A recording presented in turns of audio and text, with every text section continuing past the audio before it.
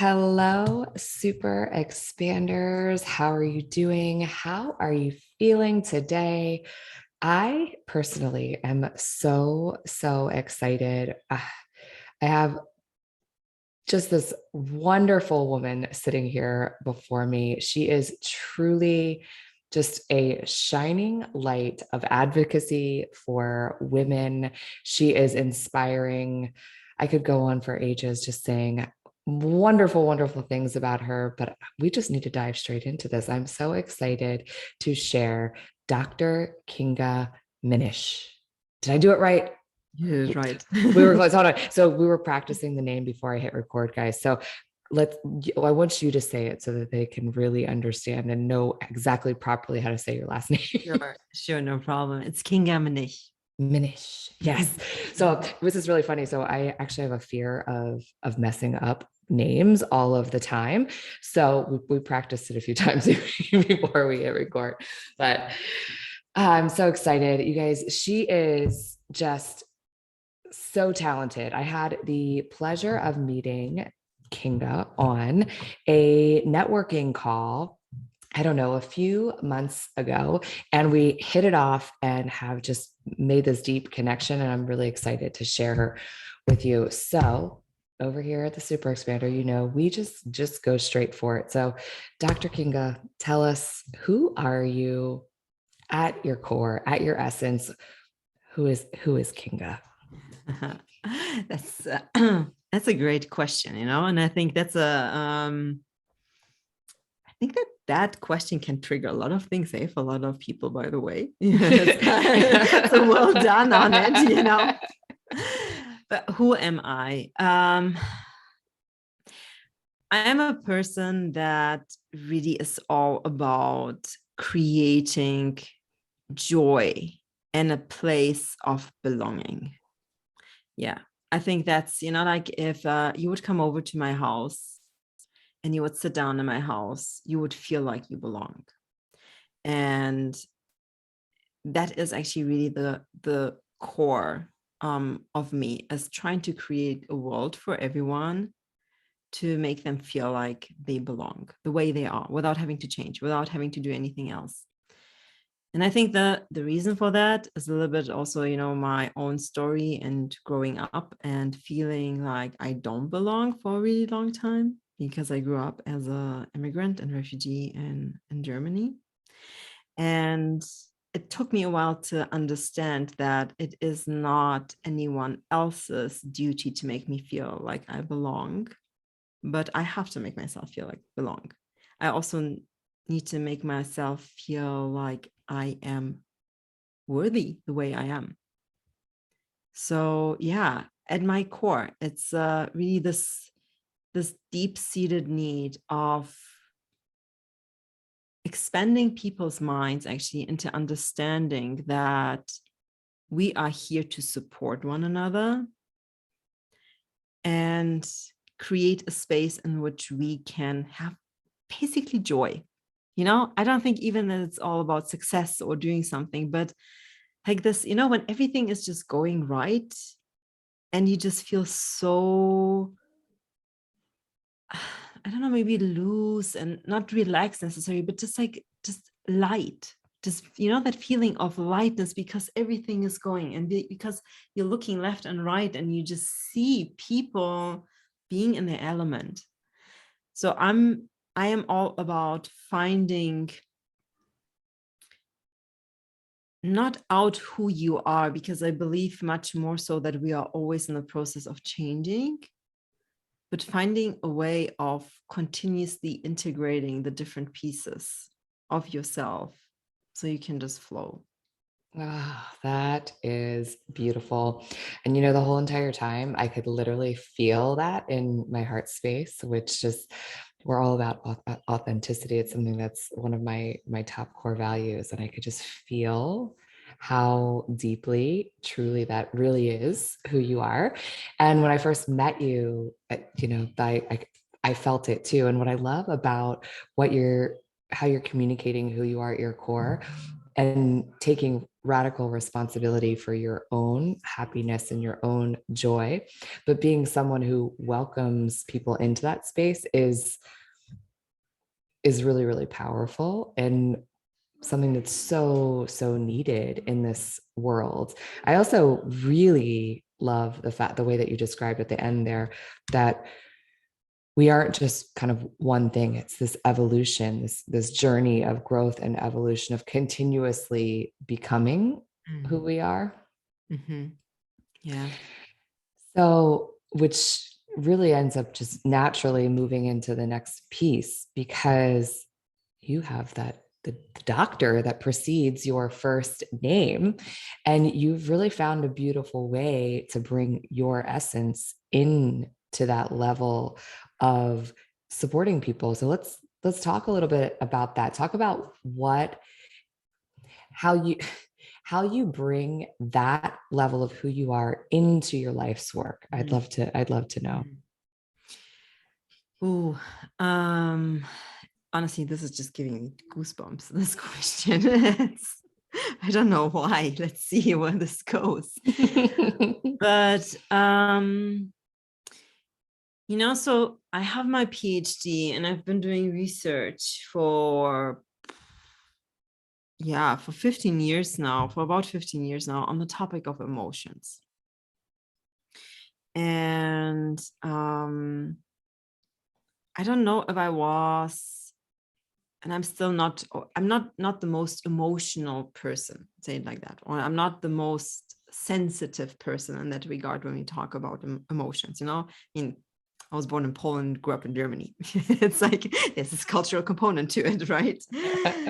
But I think that I was afraid of my emotions, and I was afraid to be called weak and sensitive as a woman. Not just as a human being, in particular because I am a woman. It just really freaked me out. Like, I did not want anyone to see me as weak. And somewhere, maybe in my teenage years or somewhere, I picked up that showing your emotions as a weakness, and emotions are a weakness, and making decisions based on your emotions as a weakness. I'm going to let that sit just for a second, because I think that, it does resonate with a lot. Oh my goodness, I feel like you're speaking my language right here the whole entire time. Like that must be why when we met, I was like, we're like twin flames here. So I came across this Professor Bezuidenhout from South Africa. He came to Germany and he was teaching a semester in Germany, and it was all in English. And I lived before in New York for a while. I'm like, oh, how fun, let's go and actually register for this and have a seminar in English, not just in German. And after spending with him, a semester, he came to me and he is like, you should really look into emotions. I'm like, what an odd thing to say to me. Am I not the person that has been like trying to push this away? It's like meditated, at that stage already for several years. I've been doing yoga. I've been trying to like do everything, in order to kind of like understand my mind, dive deeper into my mind, and like all of this. And now he's telling me I'm supposed to go into emotions, this irrational thing, But anyway, I mean, I considered it, and I looked into it, and then I had another professor, and he is like, like your master thesis, why don't you write about emotions, in practice and like how we see it? And I'm like, oh my God, okay, fine. Just everybody really tapping on my shoulder with these emotions. Yeah. So I did, and it was just the most fascinating experience, and just started diving deeper and deeper. And so I started, my research, my first research was very much based on the idea of, yes, we have this emotional component that is within us, but on the outside, emotions are actually visible.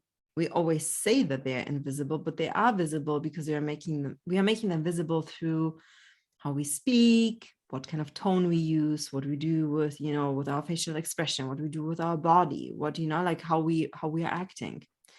And so it was more so of, for example, just to give you an example on it, like doing being love, right? So you're not just loving someone, but you're also showing it that you're loving someone. And you have to Oh. be, and you have to do something in order to make other people understand what you're trying to emotionally communicate. You know? Ah. So that was like kind of like the beginning. And then, I started diving deeper into it and went into my PhD and wanted to understand more so how we as human beings create identity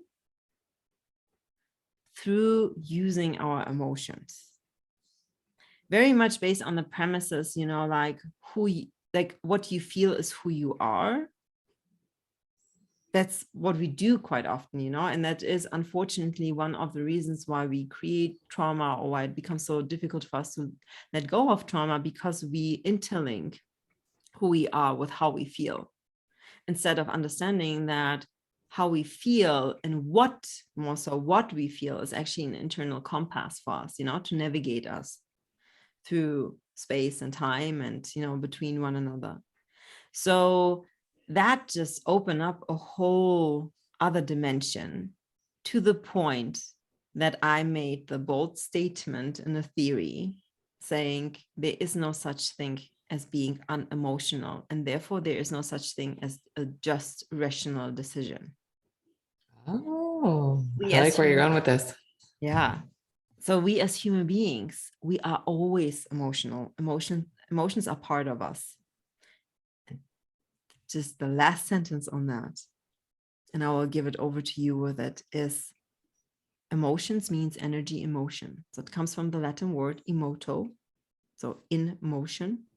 And when you really look at it and you start thinking about it, emotions are chemical reactions within our body. They're moving around. They're not good or bad. They're not positive or negative. They are there. They are a sign of you living and interacting and being part of the society. The moment you don't have emotions anymore, you are not there anymore. So you need to use them, and you need to use them as your internal energy that is moving you forward. Wow, I think everybody needs to hit pause and go back and listen to that last little bit again. Right? Wow. I love the breakdown of that, almost neutralizing emotions, right? In a way, right? I mean, they are still obviously powerful, but neutralizing them, not personalizing them, taking them personally, using them as information to guide, right? So it's again, that neutrality piece. And the whole time I'm listening to you, and it's like these synergies with breath work and the power of moving those emotions through you, realizing them, feeling them, acknowledging them, allowing that information to integrate, and then allowing them to leave. Mm-hmm. Mm-hmm. Wow. I got chills right now. And it is, what I love about it, and the more I'm working on it, and I have a piece, where an article where I describe the difference between emotions and feelings, just to help people understand the difference, but also to go back to the simplicity of emotions. We just make it so often so complicated. But if we are understanding it as a form of energy, to the point where yesterday I was talking actually to someone from the university, and I said, I really need to figure out a way how we can measure emotions, have like almost like an application, and you can attach it with your phone, and it's telling you, this is actually what you are feeling, this is the chemical reaction that you are having. And then understanding that the way we are interpreting it. So for example, fear, the opposite or the same chemical reaction as excitement. We're just giving it a different name. Yeah. We're turning it through the words and the culture and where we are and how we've been socialized. We are turning it in either or. Yeah. It's with the lens with which you choose to see the spectrum of emotion. So it's like there's like polar opposites, even though they're the same. Wow. That's interesting and fascinating. And I feel like, wow, can you imagine if kids had that Oh, sort yeah. of technology so that they could just look and go, oh, I see that's what's happening in my body right now. This Mhm. is what I'm attaching to it. But also then having the option to choose to Mhm. say, oh, well, this is actually also excitement. I don't have to see this as fear. Mhm. Yeah. Yeah. Ah, so powerful. I feel like I mean, there should be able to be technology like this when you think about it, because they have like the brain waves, the Muse headband. I use it when I do breath work so that you can actually see that you've dropped into a theta state. So there's got to be a way to create this technology. There's gotta, and I am, like I am looking into it, because I think it is for a lot of people, especially that went through trauma, and a lot of people that have been or that grew up in a family that was very much just based on a mindset that follows just right and wrong, just Yeah. like the polarity of it. I mean, you and I, we are definitely in different spaces, because for us it's all about breaking those parameters and being and giving ourselves the ability to see a wider spectrum of life than just right and wrong, good or bad. But a lot of people that have grown up in families that are very strong in that, very much enforcing that kind of thinking, just really create a lot of pain. And so, letting go, and do you see, and that's where this interlink to your own identity comes in. If you've grown up so long, so much with all of that, you have to let go of a significant piece of yourself in order to step into a space in which you can be happier. Yes. They always say that your old life is going to, or your new life is going to cost you your old life, right? So as we're evolving, there's these parts of us that you have to allow to fall away, right? Mhm. And I don't know if you have the same experience, but I have that sometimes. The other day I had a session with a client of mine, and I have a couple of exercises, and I always say, I'm going to poke you a little bit, it's not going to be nice. It's like just trying to, just to kind of like prepare so they understand where at least, some of the anger comes from. But the anger in it, right? When you start like scratching on that surface of it, where like they need to open it up and they know it. Uh, but the first thing that is there, like, how dare you? Like, why are you doing this to me? Like, why do you want me to feel this? And like in breath work, I think that breath work in that regard just comes in as such an important tool, because you can allow it to be so much easier. Yep. And it just gets to move through you. It's super powerful in that way, to allow your emotions to surface and then just really breathe them out. Mm-hmm. It's Yeah. amazing. So you're doing some really, really innovative and powerful things over there in your world, which really has my wheels turning on who in your life has been someone who's been a super expander, who's really been a catalyst showing you that this sort of innovation A was needed, but it was for you. They really called you up. Um, so, and unfortunately, I don't even remember her name anymore, but there were several people. The first one was the director of the Anne Frank Museum in Germany. I was 18. I think I was 18, somewhere along there. And I was working as a mediator in the exhibition, and we were doing specific programs against racism. And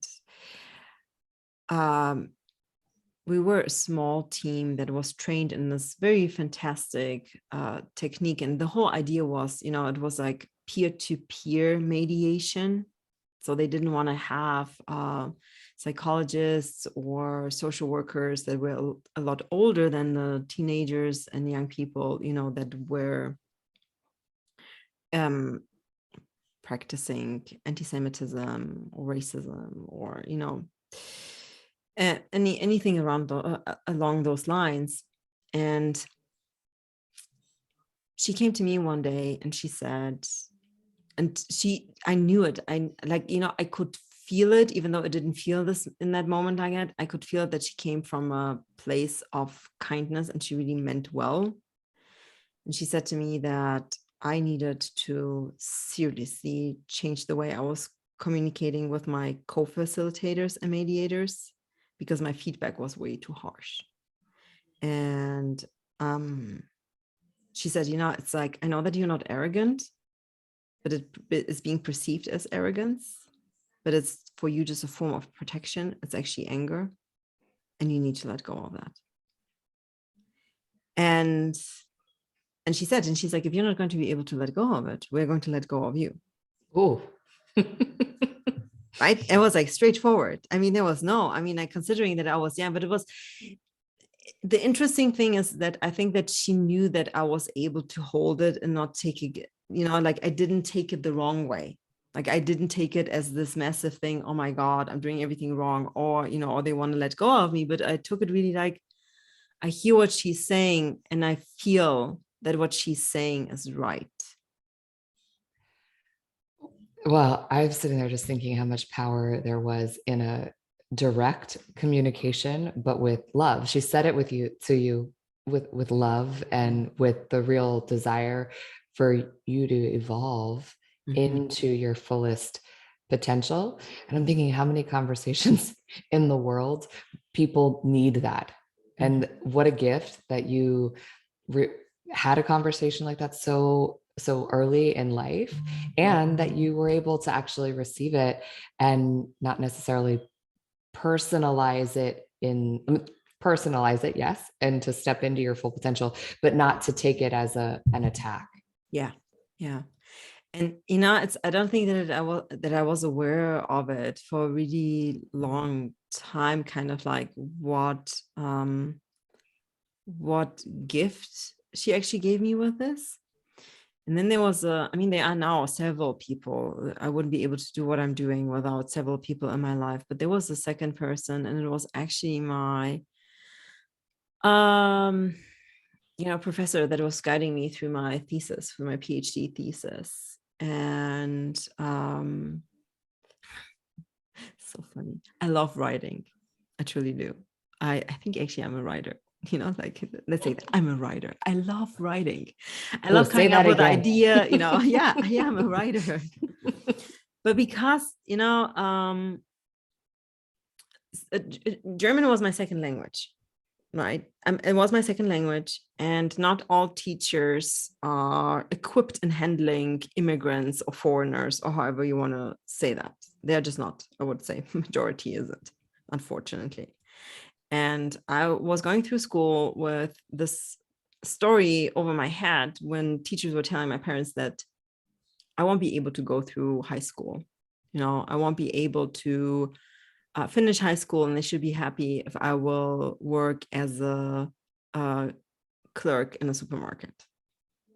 Which, there's nothing wrong with any kind of job. So this is already wrong, to put in the status into it. But also kind of like cutting someone's wings, right? Because you're perceiving a family in a specific way. Yeah. And so when I was writing my PhD, my professor would ask me for parts of the chapters, or for the chapters. And one day I said to him, like, listen, I did write it, but I haven't had yet the chance to go with the editor through it. So there are tons of mistakes in it, and I don't want to give it to you like that. And he responded, Kinga, who gives an F about grammatical mistakes? This is not what we are about. He's like, it's about the ideas. I need to see that, he's like, you have always great ideas. You need to be able to develop the theories. You need to able to go with it. He's like, stop carrying the story with you. Like, you succeeded in everything that everyone was telling you ever, that you're not going to be able to do it with ease. You walked through it. You are here. Just send it to me. And, it was just like this humongous weight that got lifted off my shoulders, because he gave me permission to make mistakes. It's so beautiful. I just want to go hug him. Yeah, and I really, I do. I love him. Like, to a certain degree, I really, really love him. I actually need to send him this episode afterwards. I mean, I love it. yeah. Yes. I mean, this phenomenal person, I also remember what he did, like when I defended my thesis, and my parents came as well, like my dad was in there, my mom wasn't allowed to be there because she always tries to protect me if someone is attacking me. But the whole point of defending your thesis is that someone is, attacking it. But after all of it happened, they gave me my grades, they congratulated me. And like in Germany, there's a very beautiful ceremony in it. Like they take you into the same level by, we use a different version for you. There's a very formal one and an informal one. And once you get a PhD, the professors come to you and then tell you basically that you can say, in a informal way, like on the same level, right? It's just, I don't know, it's a neat thing, it's like verbally. Yes.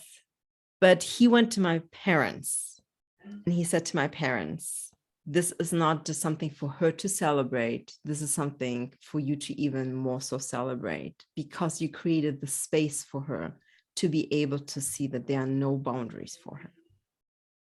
And I will never forget that, because he did so much healing in few minutes, for my entire family. Oh, it's so beautiful. We need people like that. Sorry. Oh my gosh, we do. Yeah. And now you're gonna you'll have to share this with him. This story coming up, the impact and how it's really shaped you. Wow. I love hearing stories of people like that, and then seeing really where it's thrust you into what you're doing today. It's so powerful. I could just sit here and like think about that for just a moment. Yeah. So in all of this, all of the evolution, the growth, the really stepping into a life that has no boundaries and really sharing that with other human beings, what is the feeling that you're going for every day, that North Star? And I always say feelings because, a lot of times we like to set goals for ourselves, and whatever they happen to be, a lot of times they operate in the physical world. But the only way that we're going to get there to them is when we are driven by those feelings that move through us. Mm-hmm. I don't think that it can be described just with one feeling, but it's more so of a state of being. And I think it's just to be. We were in Jordan just before the pandemic, and we were in the desert in Jordan, which, by the way, phenomenal place, phenomenal country, like really. But I was sitting in the desert in the morning. It was like 4:30 or something like that when the sun was coming up. And the desert eats up all noises. It's like quiet. It's not like the same when you're at the sea and you're listening to the waves, it's just like nothing. Wow. And, it's like when we talk about that sometimes also in meditation, right? When you're in meditation and you're bringing yourself into the space where everything like just expands and you feel like super small, but at the same time, super light, and like there is just nothing. Yeah. But it is at the same time, this feeling of wholeness. I think that's, yeah. And I think that, and I think that's exactly what I'm going for, is this, I want people to be able to just be without having to take on any roles, any descriptions for themselves, any kind of labels, in a space where we are not labeling. That's the kind of feeling I'm going for. I could feel that as you were describing it. Right before you said wholeness, all I was thinking was this like merging of oneness, and then you said it. So yeah, so powerful. And it's so funny because when you're talking about sitting in the desert, it's actually like you experienced that suspension of time, where that feeling, you actually get to experience it, where it almost feels like the earth and time, everything is ceasing, but yet here you are breathing and experiencing it. Wild. Makes me want to go. Yeah. No, we should actually do a retreat there. Oh, ooh. Yeah. I mean, it's magical. I don't know. I don't have any other words. I mean, we travel a lot, but that place just like, it I mean, even Petra, like one of the oldest cities in the world, just like be there and see it, like see, how they were managing water and everything. And it really makes you humble and puts it into a different perspective, because we believe that we are so far developed and civilized, right? And there you stand in a place that is like over 5,000 years old, and they had swimming pools. So I'm like in the desert. like are Talk we about really, innovation. yeah, it's like, are we really so innovative? It's like, Oh my gosh. So as we kind of start to wind it down, because I know that you are a busy woman, and I'm so grateful that you were able to carve out the time to share your gifts, your talents, your light, and your wisdom with us. Are there any sort of parting words of wisdom, whether that's just a golden nugget you'd like to share, or even if it's a thought of maybe something you might have shared with your younger self, some kind of advice? I think it's just as simple as breathe more. Yeah, breathe more, but with awareness. Ah, well, you know that I really love that advice. But no, I'm being sincere. Like, I know that that's your work, I know that this is what you're doing, but breath is what gives us space to understand.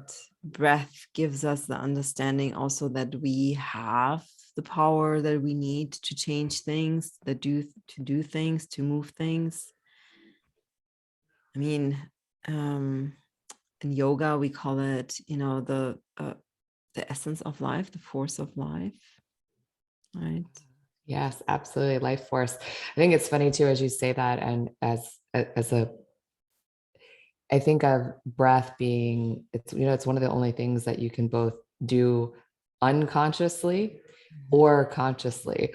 So in each breath, we actually have the choice to live fully, or we have the choice to remain on autopilot. And that's the defining difference of really creating a rich life, and one of purpose, and one that at the end of our life that we'll be proud of and look back on with just fondness and impact and all the things that we've done.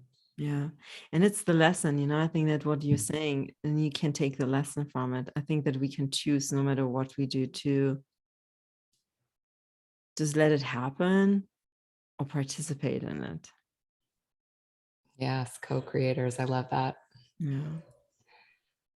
Well, I feel like we could probably sit here and talk for hours on hours. And have everyone hanging on the edge of our seat with the conversations we're having, or at least we'll be enjoying it. But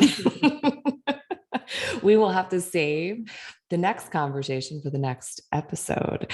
So you have some really big things that you're doing and coming up. So one, how can people find you if they want to get in your world? And you have a really big project. I think is a perfect time to share that with them.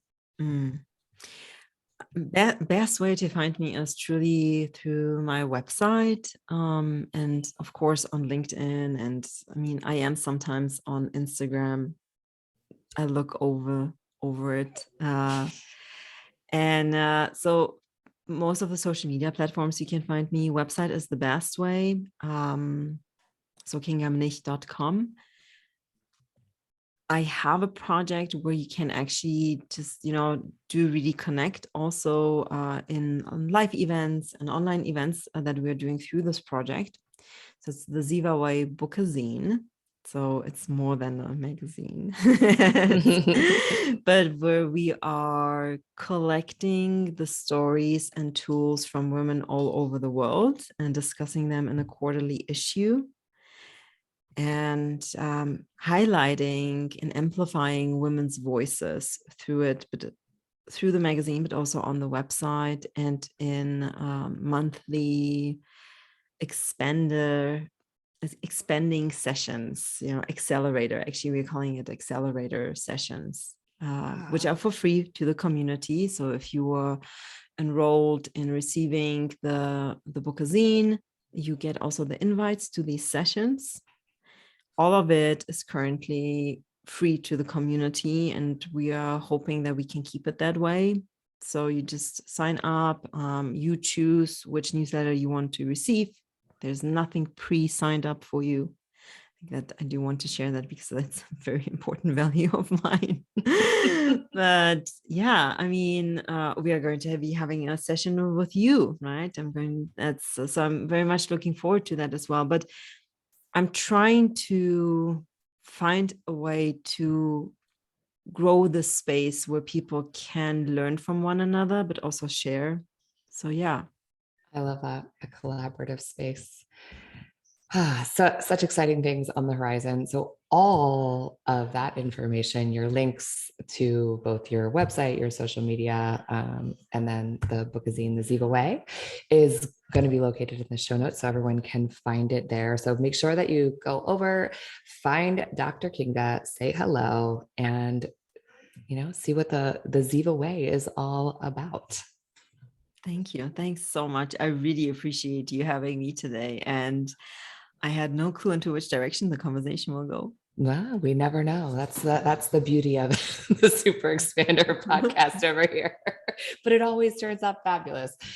So grateful for you. So grateful for taking the time. So thank you. Thank you. Thanks.